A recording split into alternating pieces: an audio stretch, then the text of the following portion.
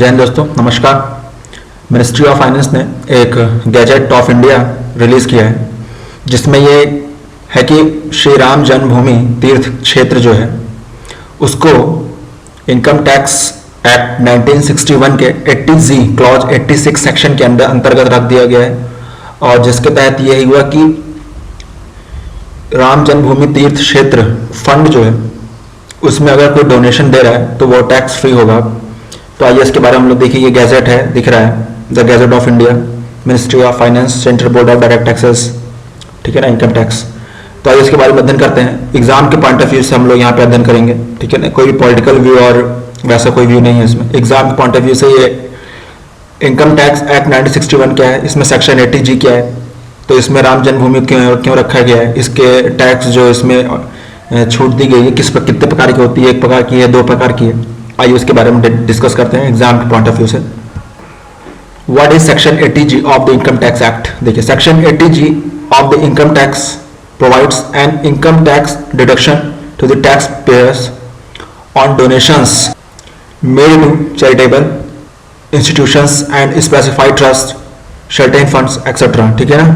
देखिए, इसमें लिखा है आप किसी भी चैरिटेबल इंस्टीट्यूशंस और स्पेसिफाइड ट्रस्ट, क्या होता है कि 80G के तहत जो होता है, section 80G income tax act के तहत इसके में वो इंस्टीट्यूशंस स्पेसिफाइड ट्रस्टर्स को रखा जाता है जिसको गवर्नमेंट ने अलॉट किया है कि हाँ, अगर यहाँ पे पैसे आएंगे तो यहाँ पे से हम लोगों को जो डोनेशन आ रहा है उस पर टैक्स नहीं लिया जाएगा, ठीक है ना। और ये जो डोनेशन आता है, जो टैक्स ना लेने की जो ये नियम है, ये दो प्रकार की। एक तो आप 100% डिडक्शन मिल सकता है आपको, या फिर आप 50%।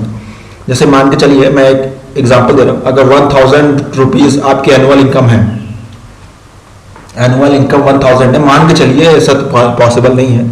1000 रुपीज अगर एनुअल इनकम है, अगर उसमें से कहा जाए कि 100% इसमें टैक्स डिडक्शन है, तो इसका मतलब ये हुआ कि अगर आप उस 1000 आपकी सैलरी है एनुअल, तो अगर आप उसमें से 100 रुपए अगर आप डोनेट कर रहे हैं, और अगर जिस इंस्टीट्यूशन में आप डोनेट कर रहे हैं 100 रुपए, अगर उसमें 100% अगर उसमें डिडक्शन दिया गया है, तो आपको 100 रुपए में आपको टैक्स नहीं लगेगा, आपको 900 रुपए में आपको टैक्स देना पड़ेगा, ना कि आपको टोटल 1000 में टैक्स देना पड़ेगा। समझ में आई बात। और एक होता है 50% डिडक्शन है। जैसे कि अगर जिस इंस्टीट्यूशन में आपने डोनेट किया और वो अगर 50% के अंडर आता है, तो अगर आप 100 रुपए डोनेट कर रहे हैं तो उसमें से 50 रुपए पर ही आपको टैक्स नहीं देना पड़ेगा, बल्कि आपको 950 रुपए पे आपको टैक्स देना पड़ेगा, ठीक है ना। 1000 में से 100 रुपए अगर आप डोनेट कर रहे हैं, और डोनेट करने वाली जिस संस्था में आप डोनेट करें, अगर वो 100% के क्राइटेरिया में आती है तो आपको 900 रुपए में आपसे टैक्स लिया जाएगा, और अगर वो 50% में आती है तो आपसे 950 में लिया जाएगा, अगर आप 100 रुपए दे रहे हैं। तो इस प्रकार से मैंने एग्जाम्पल दिया है, ठीक है ना। तो आगे बढ़ते हैं आगे ये मैंने स्लाइड लगाई है, डोनेशंस एलिजिबल फॉर 100% डिडक्शन। देखिए, 100% डिडक्शन किस किस में, जैसे prime minister national relief fund में है, ठीक है ना, PMNRF में है, नेशनल डिफेंस फंड में, prime minister Armenia earthquake relief fund में है, ठीक है ना, the Africa public contribution India fund में है, ठीक है ना, the national foundation for communal harmony में है, कम्युनल हार्मोनी में। तो इन सब चीज़ों में 100% डिडक्शन, अगर आप इसमें जितने रुपए आप इन्वेस्ट कर रहे हैं, इन्वेस्ट ही मैं कहूँगा क्योंकि ये सब आगे अच्छी जगह यूज होता है, अगर आप इन्वेस्ट कर रहे हैं और तो आप टैक्स से बच जाएंगे। 100% आप जितना पैसा दे रहे हैं उस पर टैक्स नहीं लगेगा आपका, ठीक है ना। और एलिजिबल फॉर 50%, अब जवाहरलाल नेहरू मेमोरियल फंड हो गया, prime minister throat relief fund हो गया, ठीक है ना, नेशनल चिल्ड्रंस फंड हो गया, इंदिरा गांधी मेमोरियल ट्रस्ट हो गया, राजीव गांधी फाउंडेशन, ऐसे जो फाउंडेशन ट्रस्ट होते हैं, इनमें 50% डिडक्शन दिया गया है। मैंने एग्जाम्पल के लिए मैंने स्लाइड लगाई है, ठीक है ना। और जैसे ये जो राम जन्मभूमि ट्रस्ट को रखा गया, वो भी आपका 50% डिडक्शन वाले स्लॉट में है, ओके। राम जन्मभूमि ट्रस्ट को जो टैक्स से छूट दी गई है वो आपका 50% डिडक्शन वाले स्लॉट में है।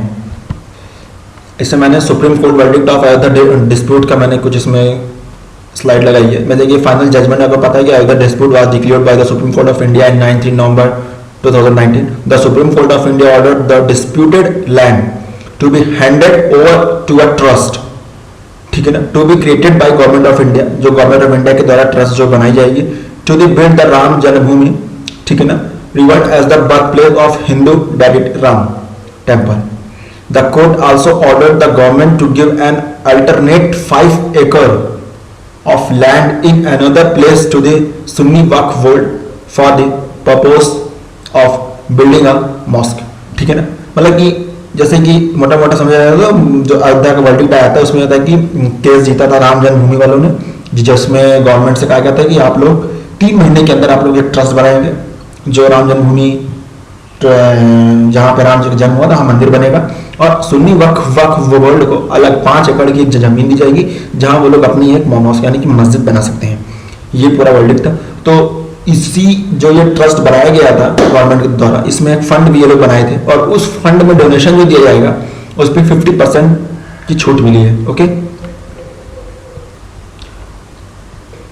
अब जैसे ये जो गैजेट है इसमें लिखा है कि 80G के क्लॉज बी के सब सेक्शन 2 के तहत श्री राम जन्मभूमि तीर्थ क्षेत्र को रखा गया है। ठीक है ना, और इसमें इन्होंने हिस्टोरिक इंपॉर्टेंस का दर्जा दिया है इसे। ठीक है ना, वर्शिप और रिनॉन और द पर्पस, ये इस सब का दर्जा दिया, मतलब हिस्टोरिक चीज दी गई है। और जो 80G के क्लॉज बी के सब सेक्शन 2 के अंतर्गत यही लिखित है कि इसके अंतर्गत मंदिर, टेम्पल्स हो गए, मॉस्क हो गए, चर्च हो गए, मतलब जितने भी धार्मिक चीजें हो गई, क्षेत्र हो गए, उन सबको इसके अंदर रखा जाता है। ठीक है ना, तो इसके अंदर राम जन्मभूमि के अलावा भी बहुत सारे ऐसे इंस्टीट्यूशंस हैं, ऐसे मंदिर है, मस्जिद है, चर्च है जिनको रखा गया है। ठीक है ना, और उसमें अब इसको भी जोड़ दिया गया है 50% वाले स्लॉट में। ओके ना, 2 स्लॉट, 100% 50%, तो इसको 50% वाले स्लॉट में इसको रखा गया है। ओके, सो फ्रेंड्स ये जानकारी देनी थी मुझे, तो thank you very much for this discussion. Signing off, bye bye, जय हिंद, जय भारत।